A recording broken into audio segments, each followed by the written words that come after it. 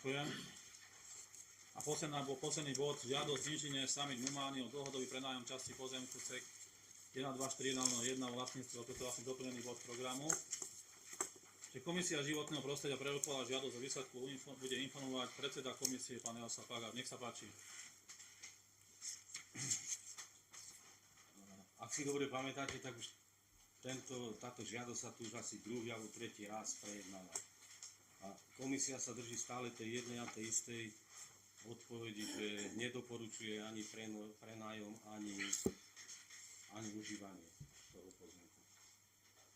Dobre, ja by som ešte doplnil, teda ďakujem, že akurát aj pán Pagár správne, že bolo asi dvakrát táto žiadosť prerokovaná, ale keď príde žiadosť, musíme o nej rokovať o každej, takže komisia takisto musela k tomu zasadať. A asi viacej už nič. Čiže ten pozemok predtým je oddomov. Áno, tam je ten čas pozemku, ktorý vlastne on nechce parkovať, respektíve neviem, čo bolo v žiadosti napísané presne, že chce parkovať, ale chce ten pozemok užívať, nechce tam parkovať, nechce, aby tam niekto chodil s autom a robil mu tam kolaj a niečo podobné, takže ale aj komisia dala takéto stanovisko, takže musíme to brať na zreteľ. Máte ešte niekto k tomu niečo? Dobre, unesenie číslo 408 veci 25. Obecné zastupiteľstvo v Sklenom berie na vedomie žiadosť inžiniera Samira Mumányho o dlhodobý prenájom časti pozemku C 1241/1 vo vlastníctve obce Sklené, čiže iba berie na vedomie.